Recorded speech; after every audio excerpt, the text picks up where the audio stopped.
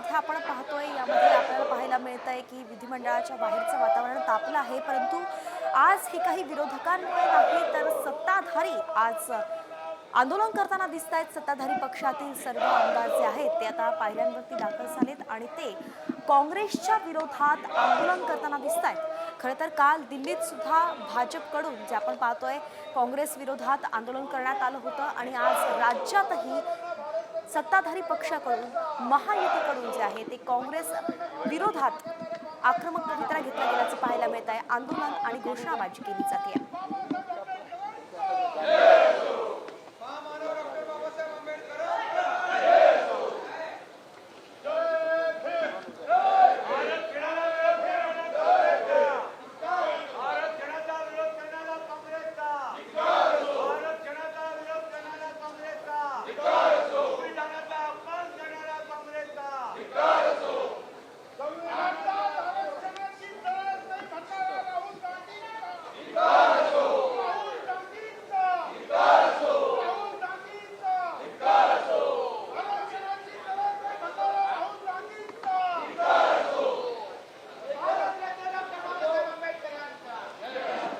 एकंदरीतच आपण पाहिलं की डॉक्टर बाबासाहेब आंबेडकर यांच्यावरून अमित शहांनी विधान केलं होतं। कथित वादग्रस्त विधान त्याला म्हटलं जाईल आणि त्यावरूनच विरोधक आक्रमक झाले होते। मात्र आज आपण पाहिलं तर त्याच डॉक्टर बाबासाहेब आंबेडकर यांचा फोटो हातामध्ये घेत सध्या सत्ताधारी सुद्धा आंदोलन करताना दिसत आहेत। डॉक्टर बाबासाहेब आंबेडकरांच्या नामाचा जयघोष करत ते आंदोलन करताना दिसत आहेत आणि अशा वेळी ते जे आहेत ते राहुल गांधी आणि काँग्रेसचा धिक्कार असो असं म्हणतही घोषणाबाजी करतायत। विधान भवनात सध्या सत्ताधाऱ्यांचं आंदोलन सुरू आहे। आज सुद्धा वातावरण तापलेलंच दिसतंय। काल तर बऱ्यापैकी जे आहे ते दिल्लीत सुद्धा आणि राज्यातही आपण पाहिलं तर चांगलंच वातावरण तापलेलं होतं। विरोधक आणि सत्ताधारी आमने सामने आले होते आणि त्यानंतर आज आपण पाहिलं तर सत्ताधारी सुद्धा स्वतः पायऱ्यांवरती आंदोलन करतायत। दुसरी दृश्य आपण पाहतोय या ठिकाणी विरोधक सुद्धा आक्रमक झाल्याचं पाहायला मिळतंय।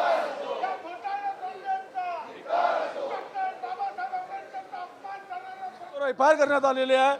कोणताही व्हिडिओ कोणताही पुरावा त्यांनी आतापर्यंत दाखवलेला नाही आहे का जिथं राहुल गांधी कोणाला धक्का देत आहे आणि हे खोटारडं सरकार विषयापासून भटकवण्याकरिता राहुलजीवर एफआयआर करण्यात आलेला आहे आणि खऱ्या मुद्द्यापासून लोकांची दिशाभूल संसदेची दिशाभूल करत आहे। म्हणून आम्ही सर्व प्रोटेस्ट करत आहे की गृहमंत्र्यांनी राजीनामा दिला पाहिजे। विषयापासून भरकटवण्यासाठी हे सगळे मुद्दे बोलतात असं म्हणतात खासदार। राजीनामा देतील असं तुम्हाला वाटतं? खरं तर त्यांनी त्यांच्या वक्तव्याबद्दल अमित शहांनी राजीनामा द्यायला पाहिजे। आम्ही शांततेच्या पद्धतीने आंदोलन करत असताना काल जो प्रकार संसदेच्या द्वाराजवळ झाला तो अतिशय निंदनीय प्रकार आहे। आम्हाला मध्ये जाण्यापासून त्यांनी रोखलेला आहे आणि ह्या प्रकाराबद्दल निश्चितच त्यांनी माफी मागायला पाहिजे। निलेशजी, राहुल गांधी यांच्यावरती गुन्हा दाखल झालेला आहे। काल जे प्रकार घडला तुम्ही देखील संसदेच्या समोर होतात, नेमकं काय घडलं होतं? राहुल गांधींवरतीच गुन्हा दाखल केला गेला? तो विषय डायव्हर्ट करण्यासाठी तो केलेला एक केविलवाना प्रयोग होता, तसा काही प्रकार नव्हता। आम्ही काल राहुलजींबरोबर होतो, अशी कुठलीही घटना घडलेली नाही। फक्त विषय डायव्हर्ट करायचा म्हणून हा प्रयोग केलेला आहे। विषय दुसरीकडे भरकटवायचा म्हणून हा प्रयोग केला गेलेला आहे। बगरे सर, वर्षाताई असतील किंवा इतर महिला असतील, वर्षाताईंनी तर गंभीर आरोप केला, त्यांचं मुंबई काँग्रेसचं ऑफिस देखील फोडलं।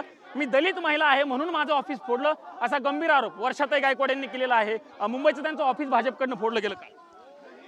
अशा प्रकारे एका बाजूला चूक करायची आणि दुसऱ्या बाजूला दडपशाहीच्या पद्धतीने काल कुठल्याही प्रकारची धक्काबुक्की झाली नाही। दोन गट वेगवेगळे एकावर एक समोरासमोर आले, थोडीशी लोटालाटी झाली आणि त्यामध्ये ते सारंगे असतील किंवा दुसरे खासदार तो किरकोळ जखमी झाले, परंतु तो इश्यू मोठ्या प्रमाणावरती करून हे लक्ष वळवण्यासाठी चाललंय। नक्कीच अमित शहा यांनी माफी मागितली पाहिजे आणि या वैयक्तिक या प्रकरणाची जबाबदारी स्वीकारून राजीनामा दिला पाहिजे। या प्रकरणाची जबाबदारी स्वीकारून राजीनामा दिला पाहिजे अशा पद्धतीची मागणी केली जाते। सगळ्याच पक्षाचे खासदार खरं तर या मार्चमध्ये सहभागी झाल्याचं बघायला मिळतं आणि मेरा भगवान आंबेडकर, आय एम आंबेडकर अशा पद्धतीचे बॅनर आहेत। नामदेव किरसान आहेत माझ्यासोबत। किरसान सर, तुम्ही मार्चमध्ये सहभागी झाले तर माफी मागावी अमित शहा यांनी, अशी तुमची भूमिका? आणि माफीच नाही, राजीनामा सुद्धा द्यावा, एवढं घाणेरडं स्टेटमेंट त्यांनी केलेलं आहे आणि ते राज्यसभेमध्ये हे अत्यंत निषेधार्ह आहे आणि त्यांनी राजीनामा द्यायला पाहिजे। अमित शहा यांनी केलेलं विधान निषेध